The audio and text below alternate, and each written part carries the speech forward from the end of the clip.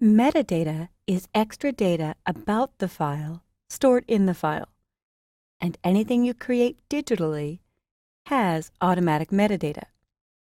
If I select the first image in this folder and hit the Metadata panel, or in Bridge, choose Window and Metadata panel, I can scroll to the very top and see the file name, the file type, date created and modified, file size, and width and height in pixels, and then in inches.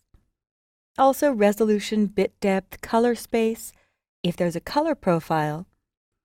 And if I scroll down a little bit to IPTC Core, that actually stands for International Press Telecommunications Council, but it's a standards body that was developed in the early 1990s, and it's a way to add custom information to your images.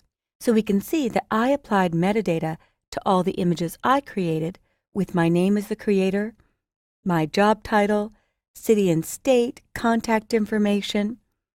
But you could get more specific. One of the very important things that a lot of photographers use is keywords. If I hold down Shift and select all three of these images, it's likely that they should have the same metadata. So in the keywords, I might put cat, and a semicolon separates each keyword. Keywords are searchable information. The more images you create, the more important you will find your keywords or your metadata for descriptions becomes. So I'll do cat, maybe kitty, window, sleep, and I'll press return or enter, and that would add a line. That's my habit. Tab will jump out of that field down to the next field. Or I could click away, and it's going to ask, do you want to apply these metadata changes to all the selected files? Don't show me again, just do it, so I will click apply. So now if I click away and click back, you can see those keywords are there for all the files. If I scroll a little bit lower, you'll see a copyright notice. And copyright literally means the right to copy or copy an image. Everyone can copy files, but there are protections that you could put in so people can't use your images commercially or without your permission. So the moment I create the image, I have to obtain or give my permission for someone else to use that file.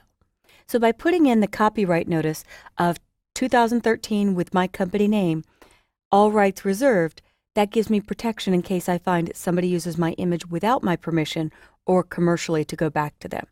In fact, let's take a look at a commercial photographer's shot. With this handsome gentleman, Ryan Sue created the images. He gave me written permission to use it for this video training series, and you guys are allowed to use it to work along with the files, but not commercially. So you'll see he puts his copyright notice on every image that he created. And in fact, I noticed that he put keywords on every image that he created. Metadata can be applied right when you capture an image. If you use Adobe Bridge and File, Get Photos from Camera, directly in the Camera Importer dialog, there's the ability to apply metadata. And you could do simple metadata, like just your name and a copyright year, or you can create a metadata template. So if I take a look here, the basic metadata is creator and copyright, which I put in as myself and the year copyrighted. But if I have an event or a photographer that I want to credit, I build a template for them as the images are coming in. So I'm going to hit cancel, or escape will cancel, and let's take a look at a folder of images that do not have metadata. So in this New Orleans folder, I'd like to put some keywords about these shots and a copyright of me being the photographer. So I will do select all, edit, select all, and I will choose Tools, Create Metadata Template. And so I do this before I import batches of images, whether it be from a high-end camera or my iPhone or a smartphone. So I'll name this New Orleans. And I'll check everything in the IPTC core. I am the creator of these. I could put my job title. I could put my city, state, zip code if I want, email, phone, and website. But what's most important for me is probably the keywords. I may also search for creator to find in a folder of images files that I created. But in keywords, this will be New Orleans or New Orleans. I will add Louisiana in there. I may add Mardi Gras, 2013, and any other relevant information that I would think would be worth adding, things that I might search for. So maybe party. And notice I have a habit of doing commas between my keywords. That's okay too. If I press Tab when I create this template, Bridge will replace those with semicolons. Both are actually acceptable delimiters or separators for each of the keywords. So now I could put myself in as description writer. I may not want to write in date created because each will have their own date created and I don't want to overwrite that information. For the description, I will type New Orleans, 2013. And I've actually noticed that the copyright information is read by Facebook.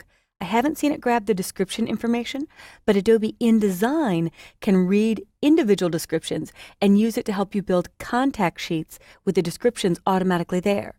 Or if you're a news photographer, it could be the caption for a photo that goes in a newspaper or in a magazine. So I will finish this off with USA. I could put the location, New Orleans. I'll just copy Louisiana so I don't have to spell it again. And I will finish it off with copyright notice. This is copyrighted, and I will do 2013, Kelly McCatherine, all rights reserved.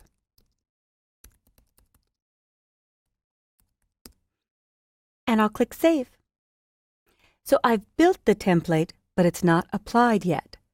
So under the Tools menu, I can choose Append Metadata. Append means add it to existing metadata. Replace would wipe out anything there and overwrite it. I just want to append in case I put individual keywords or other information. Keep that on these files. So I will choose New Orleans.